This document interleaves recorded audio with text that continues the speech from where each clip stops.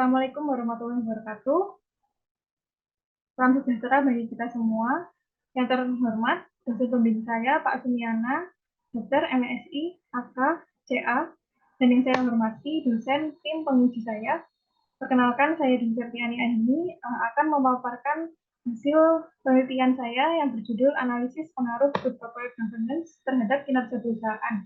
Studi empiris pada perusahaan yang masuk dalam pemeringkatan CGPI tahun 2017 sampai 2021. Nah, yang pertama, latar belakang. Sistem GCG adalah pedoman dan aturan tata kelola perusahaan yang sering diterapkan pada perusahaan terbuka di Indonesia. Perusahaan terbuka ini memiliki dana yang berasal dari dana internal dan dana eksternal. Dana eksternal ini berasal dari investor dan kreditur. Nah, untuk mempertahankan kepercayaan investor dan kreditur, perusahaan perlu memiliki kinerja yang baik yang didukung atas sistem Good Corporate Governance. Kemudian sistem GCG ini dapat menghindari fraud, penipuan, konflik kepentingan, dan mematuhi peraturan hukum yang berlaku di Indonesia. Kemudian sistem GCG ini juga membantu mengungkapkan informasi secara jelas, transparan, serta akurat, benar, dan tepat waktu yang sangat berguna bagi investor dan kreditur. Kemudian pada tahun 1997 terdapat krisis keuangan Asia yang sangat merugikan negara-negara berkembang, terutama di negara kita Indonesia. Nah, krisis ini disebabkan oleh sistem tata kelola perusahaan yang sangat kurang dan belum terdapat regulasi atau pengawasan terkait penerapan Good Corporate Governance. Sehingga pada tahun 1999 ini dibentuk KNKG untuk mendorong penerapan tata kelola perusahaan. Kemudian pada tahun 2011 dibentuk OJK atau Otoritas Jasa Keuangan yang juga menetapkan peraturan-peraturan, salah satunya tentang peraturan mewajibkan perusahaan untuk menerbitkan laporan tata kelola perusahaan yang ada pada laporan tahunan perusahaan. KNKG dan OJK ini bersinergi untuk meningkatkan standar Good Corporate Governance dan mendorong lingkungan bisnis yang kondusif di Indonesia. Kemudian terdapat pula lembaga IICG namanya yang berkolaborasi dengan majalah SWA yang menerbitkan Indonesia Most Trusted Company atau perusahaan yang sangat terpercaya di Indonesia melalui skor CGPI, yaitu indeks untuk mengukur pemeringkatan dan penelitian praktik Good Corporate Governance di Indonesia. Namun keikutsertaan pada program CGPI ini masih bersifat sukarela. Selanjutnya rumusan masalah. Pada awalnya ini bermula pada hubungan investor dan perusahaan. Investor menanamkan modalnya pada perusahaan harus memiliki prospek yang baik. Nah, prospek yang baik ini dipengaruhi oleh kinerja perusahaan dan sistem Good Corporate Governance. Akan tetapi, keikutsertaan perusahaan pada pemeringkatan CGPI ini masih sangat sedikit sekarang. Nah, bisa dilihat pada tabel di bawah ini. Berdasarkan laporan CGPI tahun 2017 sampai 2021, ini perusahaan terbuka yang mengikuti program CGPI semakin menurun. Semakin menurun ini menimbulkan pertanyaan besar bagi peneliti, sehingga peneliti ingin membuktikan apakah Good Corporate Governance ini secara signifikan mempengaruhi kinerja perusahaan. Landasan teori pada penelitian ini didasari pada teori agensi, yaitu konsep hubungan pemilik dan manajer yang dapat menuai perbedaan kepentingan sehingga dapat menimbulkan biaya agensi yang dibebankan pada pemilik. Nah, Good Corporate Governance ini mengharmonisasikan perbedaan kepentingan tentang kerangka praktik, mekanisme, dan struktur tata kelola perusahaan untuk mengurangi biaya agensi. Dan Corporate Governance adalah sistem aturan, praktik, dan proses yang dapat mengarahkan dan mengendalikan perusahaan. Nah, KNKG ini pada tahun 2021 mengeluarkan Pedoman Umum Governansi Corporate Indonesia atau PUGKI yang berguna sebagai pedoman untuk menetapkan praktik GCG. Nah, terdapat 4 pilar governansi corporate yang ada di PUGKI, yaitu perilaku beretika, akuntabilitas, transparansi, dan keberlanjutan. Nah, IICG itu merupakan lembaga independen yang dibentuk atas inisiatif masyarakat yang peduli akan transparansi di Indonesia. Ini melaksanakan pemeringkatan CGPI. Pemeringkatan CGPI ini dilakukan dalam 2 tahap, yaitu analisis kuesioner assessment dan penelitian dokumen, serta presentasi dan diskusi tanya jawab antar organ perusahaan dan panitia pelaksana. Dan ada tingkatan hasil pemeriksaan CGPI, yaitu cukup terpercaya, dan sangat terpercaya. Kemudian kinerja perusahaan, yaitu evaluasi perusahaan selama periode tertentu yang didasari pada pelaksanaan kegiatan operasional perusahaan. Nah, dalam penelitian ini terdapat 3 rasio yang digunakan untuk mengukur kinerja perusahaan, yaitu ROA untuk meraih laba berdasarkan penggunaan aset, kemudian ada ROE itu meraih laba berdasarkan ekuitas atau modal, kemudian ada key rasio yang menilai perusahaan berdasarkan perbandingan harga pasar dengan nilai buku total aset. Kemudian kerangka dan hipotesis penelitian variabel bebas yaitu CGPI, skor CGPI, kemudian ada variabel kontrol yaitu leverage dan size atau ukuran perusahaan, kemudian variabel terikat yaitu kinerja perusahaan yang diukur melalui ROA, ROE, dan key rasio. Hipotesis penelitian yaitu penerapan GCG secara signifikan berpengaruh positif terhadap kinerja perusahaan. Metode penelitian yang digunakan adalah kuantitatif, jenis data penelitian sekunder, yaitu berasal dari laporan keuangan perusahaan, kemudian populasi perusahaan terbuka yang tercatat di Bursa Efek Indonesia periode 2017 sampai 2021.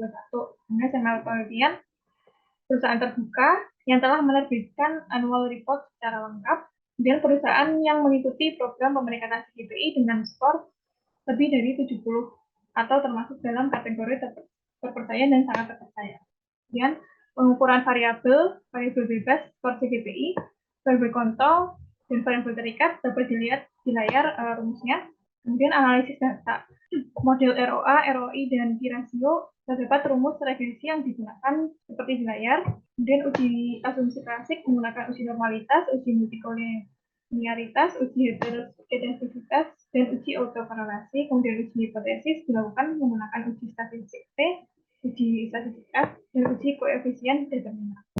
Dan hasil penelitian dan pembahasan deskripsi data. Berdasarkan sampel penelitian yang digunakan, terdapat 51 observasi. Akan tetapi, terdapat outlier atau anomali data yang sangat ekstrim, sehingga ada 12 data yang harus dihapus, sehingga tersisa 39 observasi saja.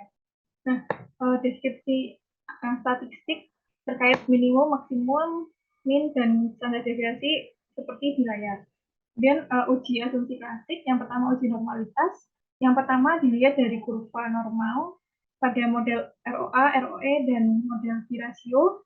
Sebaran data berada pada garis linear, sehingga sebaran data terdistribusi normal. Kemudian dilakukan juga uji Shapiro-Wilk dengan nilai signifikansi lebih dari 0,05, sehingga data terdistribusi normal.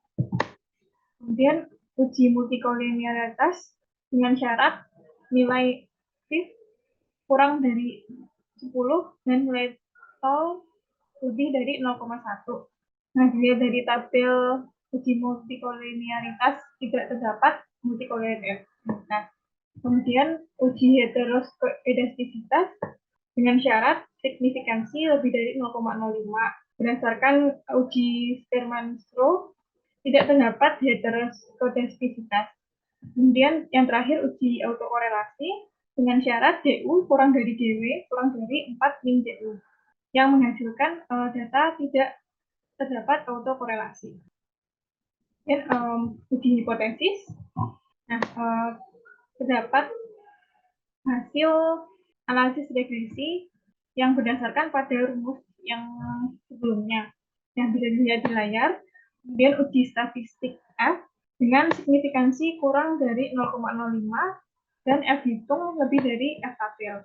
Hasilnya yaitu CGPI, leverage, dan size secara simultan mempengaruhi ROA, ROE, dan key rasio. Kemudian uji koefisien determinan menghasilkan persentase yang berpengaruh terhadap masing-masing ROA, ROE, dan key rasio seperti di layar. Dan uji hipotesis melalui uji statistik T yang memiliki syarat signifikansi kurang dari 0,05 dan T hitung lebih dari T tabel. Hasilnya yaitu CGPI tidak berpengaruh dan tidak signifikan terhadap ROA, CGPI berpengaruh negatif dan signifikan terhadap ROE, CGPI berpengaruh negatif dan signifikan terhadap key rasio, sehingga hipotesis penelitian tidak didukung. Kemudian masuk pada pembahasan dan temuan penelitian. Alasan hipotesis tidak didukung itu yang pertama, masalah waktu. Profitabilitas berorientasi lebih pada jangka pendek, sedangkan penelitian good corporate governance berorientasi pada jangka panjang, sehingga tidak terdapat sinkronisasi antara kinerja perusahaan dan penelitian good corporate governance. Tetapi dalam penelitian ini juga penilaian GCG itu diukur dalam jangka pendek, karena ada beberapa perusahaan yang hanya mengikuti penilaian GCG ini sekali dalam 5 tahun. Dan temuan penelitian yang pertama yaitu hasil pemeringkatan CGPI tidak dapat dijadikan sebagai dasar untuk menilai secara akurat bagaimana praktik GCG yang sebenarnya dilakukan oleh perusahaan. Alasan yang kedua yaitu partisipasi perusahaan terbuka dalam program penilaian CGPI ini sangat sedikit sehingga ketersediaan data sangat terbatas. Nah, hal ini juga menyebabkan kalau program CGPI ini tidak bisa dijadikan generalisasi untuk menilai bagaimana praktik tata kelola perusahaan terbuka di Indonesia. Nah, temuan penelitiannya yaitu IICG ini dibentuk atas dasar inisiatif masyarakat transparansi Indonesia yang tidak memiliki wewenang untuk membuat regulasi untuk mewajibkan perusahaan mengikuti program pemeringkatan CGPI. Dan alasan ketiga yaitu perusahaan memilih tidak mengikuti program pemeringkatan CGPI karena tidak memberikan keuntungan dalam jangka pendek.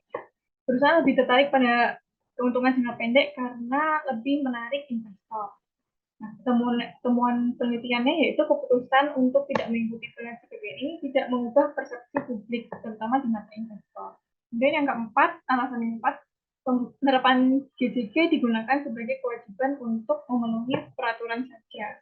Temuan penelitiannya yaitu perusahaan lebih memprioritaskan kepentingan jangka pendek seperti memiliki kewajiban hukum dan menghindari sanksi atau denda daripada memperhatikan penerapan GCG yang dapat bermanfaat dalam jangka panjang. Kemudian alasan yang kelima, investor umumnya kurang memperhatikan penerapan GCG perusahaan. Mereka lebih memperhatikan kondisi keuangan perusahaan dalam jangka pendek. Temuan penelitiannya yaitu kondisi keuangan yang baik berpotensi memberikan hasil investasi yang lebih menguntungkan bagi investor dalam waktu singkat. Kemudian alasan yang keenam yaitu penerapan GCG tidak secara langsung mempengaruhi respon pasar, karena respon pasar lebih dipengaruhi pada kondisi keuangan perusahaan, berita-berita tentang kondisi perusahaan, kemudian regulasi atau aturan yang berubah di negara tersebut. Kemudian temuan penelitiannya yaitu penerapan GCG tetap memiliki dampak terhadap respon pasar walaupun tidak secara langsung, karena menerapkan GCG ini perlu menyesuaikan dengan budaya perusahaan. Kemudian alasan yang ketujuh yaitu perusahaan lebih memprioritaskan peningkatan kinerja keuangan daripada menerapkan GCG, karena investor lebih tertarik pada kinerja keuangan perusahaan. Nah, temuan penelitiannya yaitu kinerja keuangan yang positif dapat meningkatkan harga saham dan menarik investor baru. Penutup, kesimpulan dari penelitian ini yaitu penerapan GCG tidak berpengaruh positif signifikan terhadap kinerja perusahaan. Keterbatasan penelitian yaitu hasil pemeringkatan CGPI terbaru hanya sampai 2021, padahal penelitian ini dilakukan sampai 2022. Nah, pemeringkatan CGPI ini sangat lambat pelaksanaannya. Kemudian jumlah data yang tersedia sangat sedikit karena partisipasi bersifat sukarela. Kemudian CGPI belum tentu mengukur keadaan yang sebenarnya dari praktik GCG perusahaan.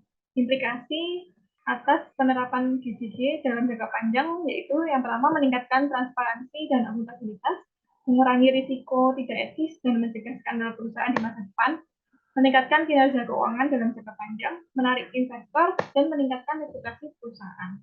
Saran yang diberikan oleh peneliti bagi peneliti selanjutnya yaitu mempertimbangkan penggunaan indikator lain selain skor CPI dan pengukuran kinerja jangka panjang. Kemudian bagi perusahaan rutin berpartisipasi dalam program pemeringkatan GCPI dan bagi investor mempertimbangkan praktik GCG dalam pengambilan keputusan. Sekian presentasi dari saya. Apabila ada kesalahan, saya mohon maaf. Terima kasih atas perhatiannya. Wassalamualaikum warahmatullahi wabarakatuh.